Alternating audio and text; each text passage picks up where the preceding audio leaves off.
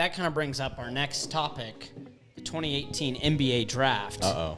Because SGA was taken in that draft, but there were quite a few players above SGA. He was taken 11th overall, and so I thought it would be fun. You know, we were talking before the show. We thought it would be fun to go back over and redraft those top 5 picks. Yeah, come on. Because I think there's a lot of discourse there. DeAndre Ayton went number 1 that year.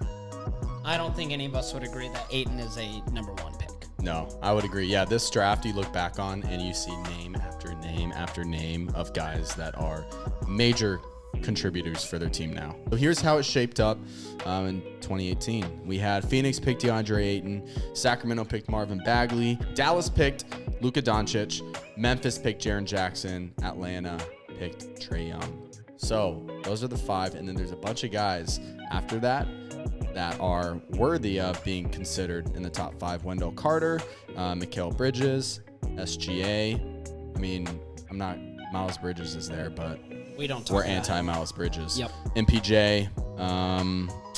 Anthony Simons, thank you. Yeah, those Kevin are Huerter. Kevin Huerter. Even, I mean, look at Boston selected Robert Williams too. He's been hurt, but those are all names worthy of being considered. So let's go in with that and see what happens, gentlemen. So with the first pick of the 2018 NBA draft, we all select Luka Doncic. Yeah. Yeah, we just talked about how great he is. Yeah, I don't think there needs to be anything said. Trevor, who would you take at number 2? Number 2, ladies and gentlemen, and I think this is where we're going to have some debate and some discourse. I am selecting with the second pick in the 2018 NBA draft. Trevor McEwen's team selects Trae Young of Oklahoma. And I think I will times 2 that on you. Trae Young.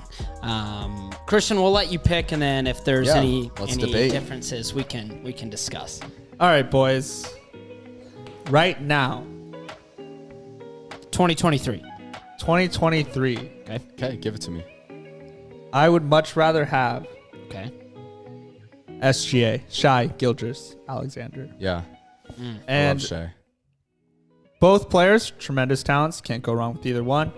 The reason why I like SGA is he's bigger. Yeah, he is. He is unstoppable with the ball this year. Okay. He is he's averaging like 30 points per game. Yeah. And, you know, he can do a little bit of everything from defense to offense, anything you want. I mean, you're looking at what OKC got in that trade with the Clippers for Paul George, and it's like SGA is like just as good as Paul George right now. And that is why I pick SGA. Yeah. Okay. I think I'm not going to act like that's an egregious pick because I'm an SGA guy. I really do like SGA him. podcast. This is an SGA podcast. Yes, we are. Here's the thing, though, man. I look at the previous champions in the NBA, and I look at the stars on those teams. Aside from Giannis, you can look at Kyrie. You can look at Steph, obviously. And, man, what's something that those guys have in common? They can shoot the lights out of the ball. That doesn't make sense. You can shoot the... Yeah, that makes sense. Shoot the lights out of the ball. They Shoot the ball out of the lights. They can do all of it. Both the air out of the ball. They're just incredible shooters. And even last night, we're watching Trae Young up against Golden State. And at the end of the game, it's give the ball to Trae Young. And he got a bucket almost every single time. They ended up losing just some bad turnovers by other Hawks players. But, in my opinion, I want Trae Young on my team because of the shooting ability and what we've seen have success in playoffs.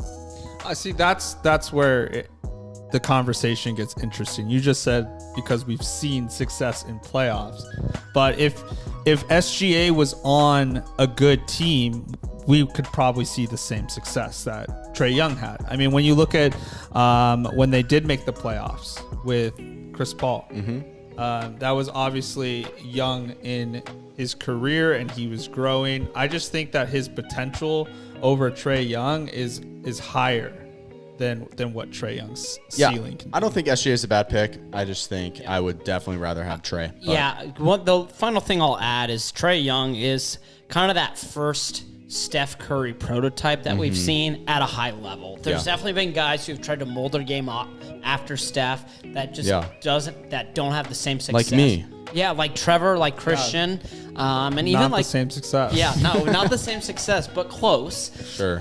Super close. Super close. And we've seen the height that Steph can reach. I'm not saying that Trae Young is Steph Curry, but I do really like that prototype and why I have him just above SGA. It's nice. I think it's fair for number 3. We just flip-flop. Yeah, I pick SGA. You pick Trae Young. Yeah. Scott, SGA. Yeah, SGA. Christian, I'll give you the number 4 pick. Who are you taking at 4? With the number 4 pick, I feel like I'm taking DeAndre Ayton.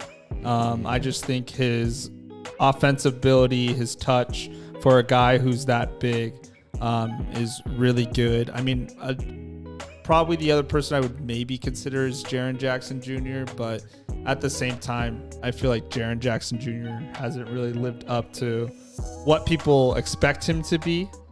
So I think DeAndre Ayton's the better player.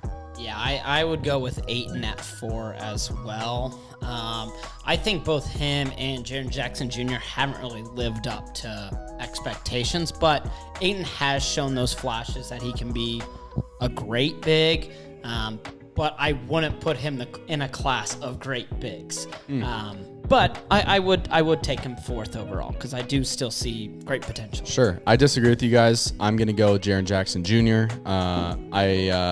And that's basically just because the sample size we've seen of Jaren Jackson, yes, he's battled injury, but when he's on the court, my goodness, he's one of the best defenders in the NBA. He gets stretched the floor. He plays, he's a modern day big.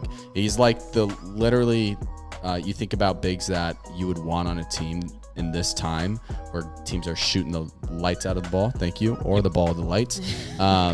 He can shoot and play incredible defense. Really, like that's what I would want with a big, more so than DeAndre Ayton. I see more value in Jaren Jackson. For that reason, I picked Jaren Jackson Jr. Yeah, and once again, that's another big debate that can't necessarily go wrong. Jaren Jackson Jr.'s injuries do scare me to the point where in my number 5 pick, I'm going to be taking Anthony Simons. Good pick. Yeah. I was not expecting that. Yeah, I absolutely love his game. Obviously just got paid this offseason. And when Dame has been out, he has really stepped up. And he's proven that he can be a real number 2 next to Dame Lillard. But what that also shows me is he can also be the main scoring threat of a team. Now, Portland had a lot of issues last year and a lot of health issues, but that was not on Anthony. He has just proven to me that he is a tremendous player.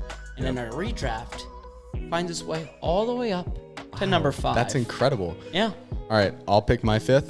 Yeah, Here we go. go for it. With the 5th pick of my draft, I select brother of NBA champion, Kostas Antetokounmpo. Wow. Kostas. No, I'm just kidding. Oh, okay. I was going to say, that's Okay. a real shock factor. I am picking Mikal Bridges. I'm not picking DeAndre. I'm not picking Anthony, MPJ. No, I'm picking Mikal Really? Bridges because, honestly, I look at the Suns. He's more valuable on that team than DeAndre is. I think you ask any Suns fan that watches every game. They probably like Bridges more. They'd rather have Bridges. And, I'm going with Mikal Bridges. He similar to Jaren Jackson, 3-and-D, ultimate 3-and-D guy. And I really like, both those guys are great for the locker room. Whereas a DeAndre Ayton, to me, that's another thing that I consider in this draft. I'm picking Mikal. Maybe future Pacer DeAndre Ayton. Yeah. So possibly. you're saying DeAndre Ayton's not even in your top 5? He's not in my top 5. Wow. No. Wow. That's interesting. There you have it. I Well, think you you guys- could find affordable bigs on the free agent market every summer, and you don't have to pay them $20 million a year. Well, you guys both kind of derailed my plan because I thought, I might go wild card and go Anthony Simons and then Scott. And I was like, all right, I guess I'll go Mikal Bridges. Yep. And then Yeah. You win. So you're gonna pick Kevin Huerter? No. I'm going to pick, Pick who you believe, man. and I really like this player going into this draft. And I before the Sacramento Kings jumped, I really wanted us to get him. Wendell. No. Does his name rhyme with Jarvin Magley? No, gosh.